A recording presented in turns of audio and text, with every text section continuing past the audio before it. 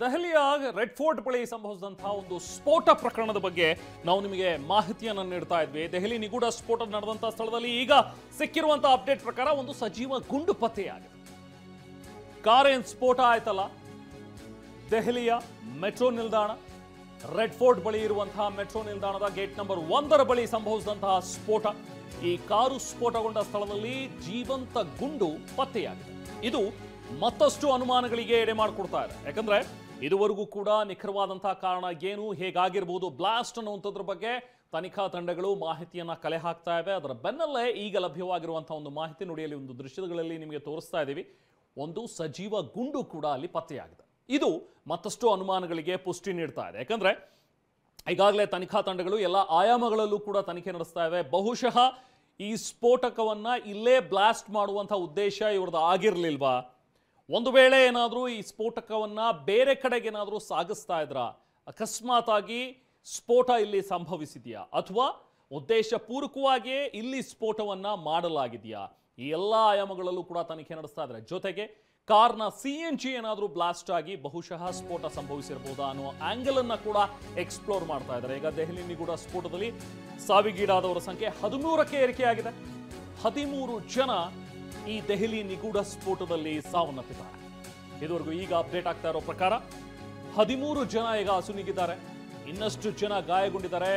ಗಾಯಗೊಂಡಿರೋರನ್ನ ಲೋಕನಾಯಕ ಜಯಪ್ರಕಾಶ್ ನಾರಾಯಣ್ ಆಸ್ಪತ್ರೆಯಲ್ಲಿ ದಾಖಲಿಸಿ ಚಿಕಿತ್ಸೆಯನ್ನ ಕೊಡಿಸಲಾಗ್ತಾ ಇದೆ. ಈಗ ಮತ್ತಿಬ್ಬರು ಗಾಯಾಳುಗಳು ಸಾವನ್ನಪ್ಪಿದ್ದಾರೆ ಅನ್ನುವಂಥದ್ರ ಬಗ್ಗೆ ಮಾಹಿತಿ ಕನ್ಫರ್ಮ್ ಆಗ್ತಾ ಇದೆ. ಅಲ್ಲಿಗೆ 13 ಜನ ಈ ಬ್ಲಾಸ್ಟ್ ನಲ್ಲಿ ಈಗ ಸಾವನ್ನಪ್ಪಿದ್ದಾರೆ.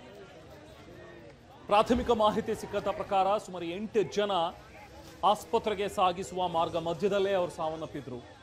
ಆಲ್ರೆಡಿ ಬ್ಲಾಸ್ಟ್ ಆದಂತಹ ತೀವ್ರತೆಗೆ ಚೆಲ್ಲಾಪಿಲ್ಲಿಯಾಗಿ ಬಿದ್ದಿದ್ವು ಮೃತದೇಹಗಳ ಭಾಗಗಳೆಲ್ಲವೂ ಕೂಡ ಛಿದ್ರವಾಗಿದ್ವು. ಕೆಲವೊಂದಷ್ಟು ಮೃತದೇಹಗಳು, ಕೆಲವೊಂದಷ್ಟು ಜನರ ಮೃತದೇಹಗಳು ಬಾನೆಟ್ಗಳ ಮೇಲೆ ಬಿದ್ದಿದ್ರೆ, ಕಾರ್ನ ಬಾನೆಟ್ ಮೇಲೆ.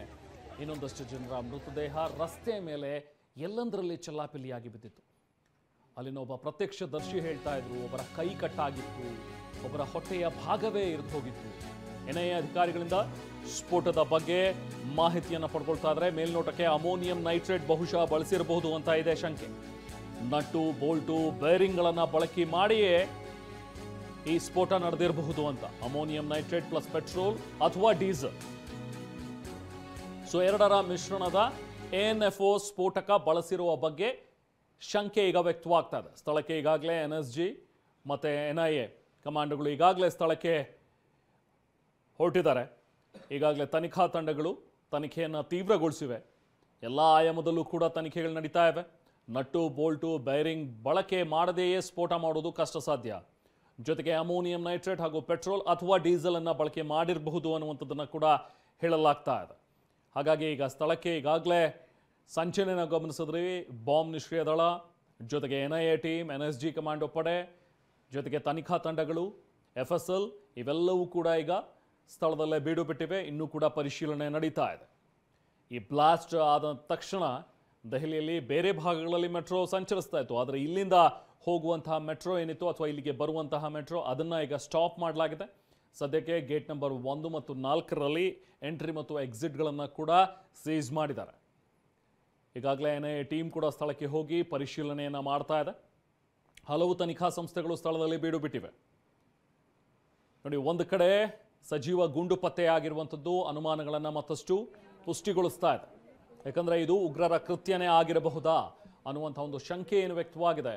ಅದೇ ಆ್ಯಂಗಲ್ನಲ್ಲಿ ನೋಡಿ, NSG ಕಮಾಂಡೋ ಟೀಮ್ ಕೂಡ ಈಗಾಗಲೇ ಅಲ್ಲಿಗೆ ಬಂದಿದೆ. ಬಾಂಬ್ ನಿಷ್ಕ್ರಿಯ ದಳ NSG ಪಡೆಯಲ್ಲಿ ಅವರು ಕೂಡ ಈಗಾಗಲೇ ಸ್ಥಳಕ್ಕೆ ಹೋಗಿ ಪರಿಶೀಲನೆಯನ್ನು ಮಾಡ್ತಾ ಇದ್ದಾರೆ. ಯಾಕಂದರೆ ಇದೊಂದು ಸಾಮಾನ್ಯದ ಒಂದು ಬ್ಲಾಸ್ಟ್ ಆಗಿರಲಿಲ್ಲ. ಆರಂಭದಲ್ಲಿ ಬಹುಶಃ ಏನೋ ಕಾರ್ನಲ್ಲಿ ಬೆಂಕಿ ಕಾಣಿಸ್ಕೊಂಡಿದೆ.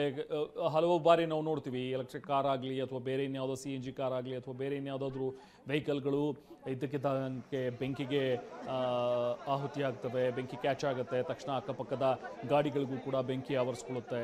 ಸೊ ಇಂಥ ಘಟನೆಗಳನ್ನು ನಾವು ನೋಡಿದ್ದೀವಿ. ಬಹುಶಃ ಅಂಥದ್ದೇ ಇದೇನಾದರೂ ಘಟನೆ ಆಗಿರಬಹುದಾ ಅನ್ನುವಂಥದ್ರ ಬಗ್ಗೆ ಎಲ್ಲರೂ ಕೂಡ ಅಂದ್ಕೊಂಡಿದ್ರು. ಆದರೆ ಇದು ಅಷ್ಟು ಸಾಮಾನ್ಯದಾಗಿಲ್ಲ ಇದು.